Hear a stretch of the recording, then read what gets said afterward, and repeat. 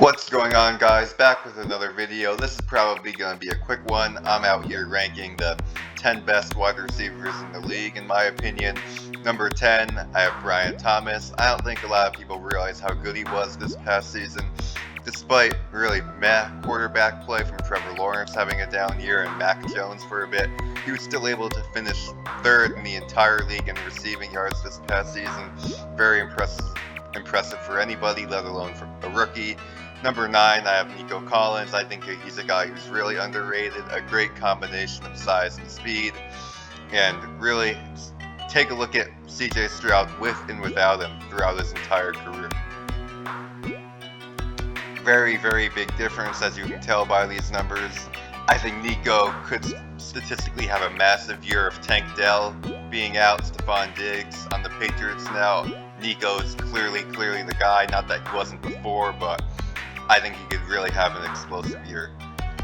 Number 8, I have Terry McLaurin. As I'm recording this, he just requested a trade, so who knows how that's going to work out. But until last year, he's never really had a good quarterback, which makes it even more impressive that he's been able to rack up all these receiving yards. Very, very impressive from him.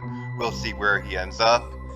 In number 7, another guy is pretty similar to McLaurin, both very consistent. Between the two of them, they've only had one season where they haven't gotten at least 1,000 yards. For Mike Evans, obviously, he's always had 1,000 yards in every single season he's played in. But he's a guy who's always been good, if not very good, but never really great, I feel like. Kind of like the Frank Gore receivers, where very consistent, very reliable, but was never really the top guy at his position, as you can tell by this stat. He hasn't had a 1,300 yard season since 2019. That's why he's not higher. I just wanted to point that out because he's a guy who people feel like doesn't get enough respect or enough attention. And I think it's because while he's always good or even very good, he's never really been at the level of like a Julio Jones, Antonio Brown, or nowadays like Justin Jefferson or Jamar Chase.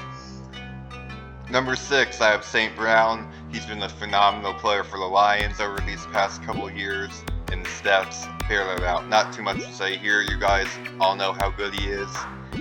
Number 5, I have A.J. Brown coming in. I think he's a big reason for the Eagles' success. Other than Jalen Hurts, I think he's maybe the most valuable player on that entire offense.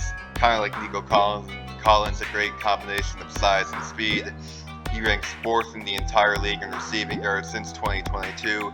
The reason why he's not higher is because I think these next 4 guys are just on another level compared to everybody else.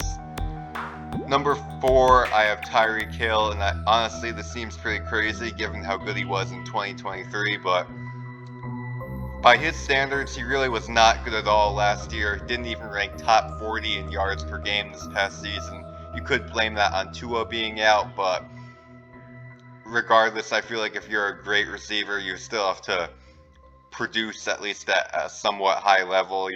No real excuses there. I also would attribute that to maybe he's not as explosive as he was a couple years ago. He's kind of getting up there in age, so we'll see how he does this year. Number 3, I have Jamar Chase, who ranks 1st in both receiving yards and touchdowns this past season. The reason why he's not higher, because I don't think he's better than CeeDee Lamb or Justin Jefferson, partly because those two guys have proven they can be dominant without elite quarterbacks. Maybe Jamar Chase could too, but he hasn't gotten that opportunity. I wouldn't be mad if you put him at 1. I think these top 4 guys are all phenomenal. Number 2, I have CeeDee Lamb. He's been phenomenal really ever since he entered the league. He's 3rd in the entire league in receiving yards since 2022. And I think he and George Pickens could be explosive together. Number 1, I have Justin Jefferson, who I think really could go down as one of the best wide receivers in NFL history. He's a phenomenal route runner, has great hands, good speed obviously too, no real weaknesses in his game at all. He made Sam Darnold look like a potential MVP candidate. That's really all you need to know. This is a very impressive stat right here. Throughout his first 5 seasons, he has 7,400 receiving yards.